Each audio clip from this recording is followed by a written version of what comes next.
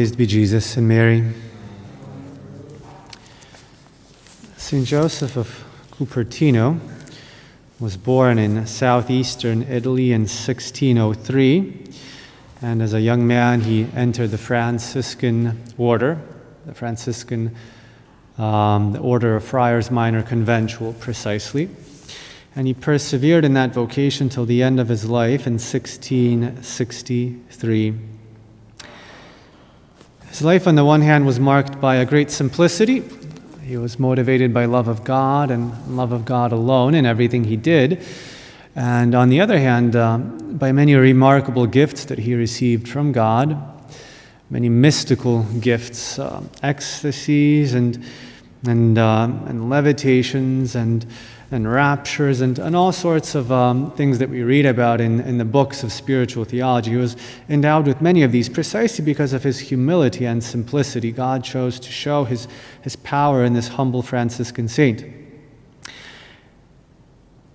And his sanctity, in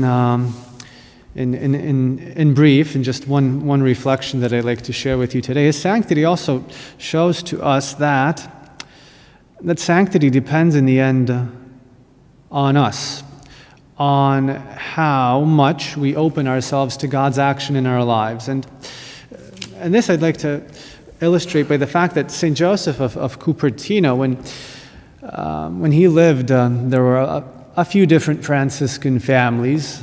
There's always a multiplicity of Franciscan communities in the one Franciscan order. Now, his Franciscan community, the Friars Minor Conventual at that time, were maybe not renowned for their austerity of life. They were not renowned for their observance. They were not renowned for their holiness even. They had the rule of St. Francis, but the community as such maybe had strayed a little bit from the spirit of St. Francis, so much so that St. Joseph of Cupertino was the first conventual Franciscan saint in about 300 years, and then the last for another 300 years. Nonetheless, he became a saint and a great saint.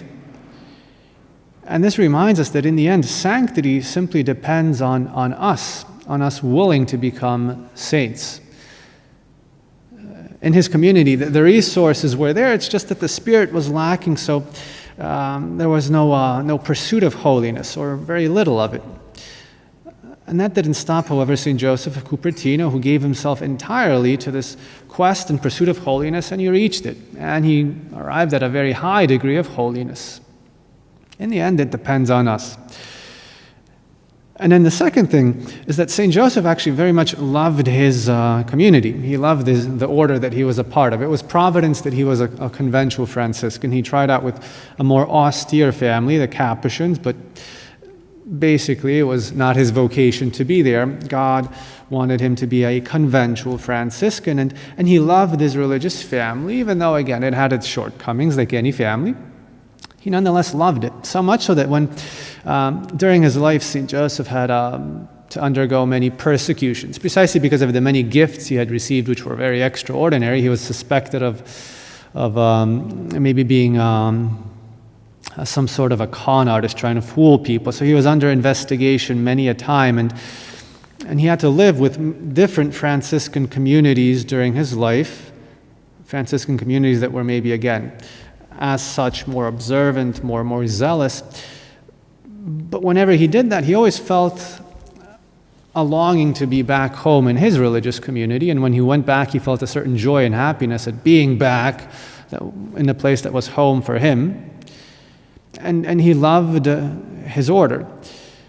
And this reminds us that in the end, it's, there are the circumstances that divine providence chooses for us are the best ones for us to arrive at holiness in. The circumstances that God chooses are the ones that are most sanctifying, the ones we should learn to love, rather than daydreaming about being somewhere else.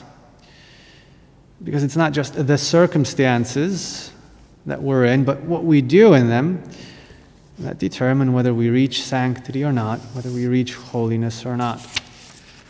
It's our vision of faith, whether we see divine providence in everything that happens in our lives, that determines whether we are then able to embrace the designs of providence for our lives, and embracing them, loving them, and being faithful to them, that we're able to arrive at a holiness like that of St. Joseph of Cupertino and of all the saints of the Franciscan order and of the universal church as well.